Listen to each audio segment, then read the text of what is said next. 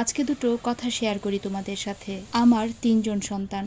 ৩ জন সন্তানকেই আমার ৩ ভাবে পরিচালনা করতে হয়। সারাদিন তাদের পেছনে অক্লান্ত পরিশ্রম করতে হয়। আর সবচেয়ে বড় কথা হলো সন্তানদের লালন পালন করা, সারাদিন তাদের পেছনে সময় দেয়া শারীরিক ও মানসিকভাবে খুবই কষ্টকর হয়ে পড়ে আমাদের জন্য। তারপরেও দিন শেষে তারা যদি ভালো কিছু করে, বাবা মা হিসেবে আমাদের আনন্দের আর কোনো সীমা থাকবে না। তখন মনে হবে যে সব কষ্টই হয়তোবা সার্থক। তারা ভবিষ্যতে কেমন হবে, কি হবে আমরা কিন্তু এখনো কোনো কিছুই জানি না। তারপরেও তাদের প্রতি দায়িত্ব কর্তব্যের কোনো ত্রুটি যাতে আমাদের না হয় সেই দিকে আমরা বেশ ভালোভাবে খেয়াল রাখি। আর সবচেয়ে বড় কথা হলো আমি যেহেতু মা, সারাদিন আমি তাদের সাথে থাকি। বাবারা তো সারাদিন বাসায় থাকে না, তাই তাদের বাচ্চাদের সাথে কথাবার্তাও কিছুটা কম হয়। তবে মা হিসেবে আমার সারাদিন তাদের সাথে প্রচুর কথাবার্তা বলতে হয়, প্রচুর শাসন করতে হয়, প্রচুর বোঝাতে হয়, প্রচুর চিৎকার চেঁচামেচি করতে হয়, মাঝে মধ্যে অনেক রাগারাগি করে।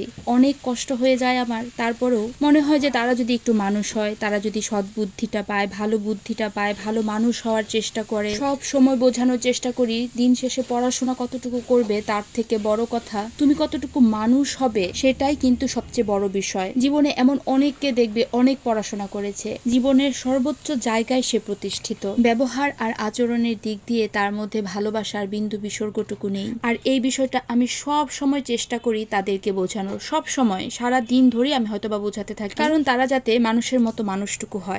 এখন বলি এই কথাগুলো আমি এতক্ষণ ধরে কেন বললাম। সারাদিন যেহেতু বাসায় আমি আমার বাচ্চাদের প্রতি অনেক কথাবার্তা বলি, অনেকে বলে আমি নাকি ক্যাটক্যাট করি সারাদিনই বাচ্চাদের সাথে, কিন্তু আমার কথা হলো আমি আমার বাচ্চাদের সাথে কথা বলি, আমি আমার বাচ্চাদের সাথে ক্যাটক্যাট করি। মানুষ একটা বাচ্চা নিয়ে হিমশিম খেয়ে যায়, আর আমি 3টা বাচ্চা একসাথে লালন পালন করি। আর 3 জন বাচ্চার মেন্টালিটি, আচার আচরণ এক একজনেরটা এক এক রকম হয়। তাদেরকে সেইভাবে বা সেই অনুযায়ী আমাকে পরিচালনা করতে হয়, আমাকে কথা বলতে হয়, বোঝাতে হয়, শাসন করতে হয়, সবকিছুই। কিন্তু দিন শেষে এই কথাটা যখন বাইরের মানুষ আপনাকে ইনডাইরেক্টলি বোঝানোর চেষ্টা করবে, তখন আপনার নিশ্চয়ই ভালো লাগবে না, তখন আপনার ওই মানুষটার প্রতি কখনোই সম্মান আসবে না। আপনি হয়তো বা আমাকে ঠেস মেরে কথাটা বলে খুশি হয়ে গেলেন, কিন্তু আমি জানি আমার বাবা একটা কথা বলে সবসময়, যে বলে সে কখনোই বড় হতে পারে না, যে সয় সেই সব সময় বড় হয়। কিন্তু আমি বড় হতে চাই না। আমি চাই আমার সন্তানরা যাতে বড় হয়, সন্তানরা যাতে মানুষের মতো মানুষ হয়। কে কি বললো, কে কি করলো তা নিয়ে কখনোই আমার মাথা ব্যথা ছিল না, কিন্তু আমার সন্তানদের ব্যাপারে আমি খুবই পজিটিভ।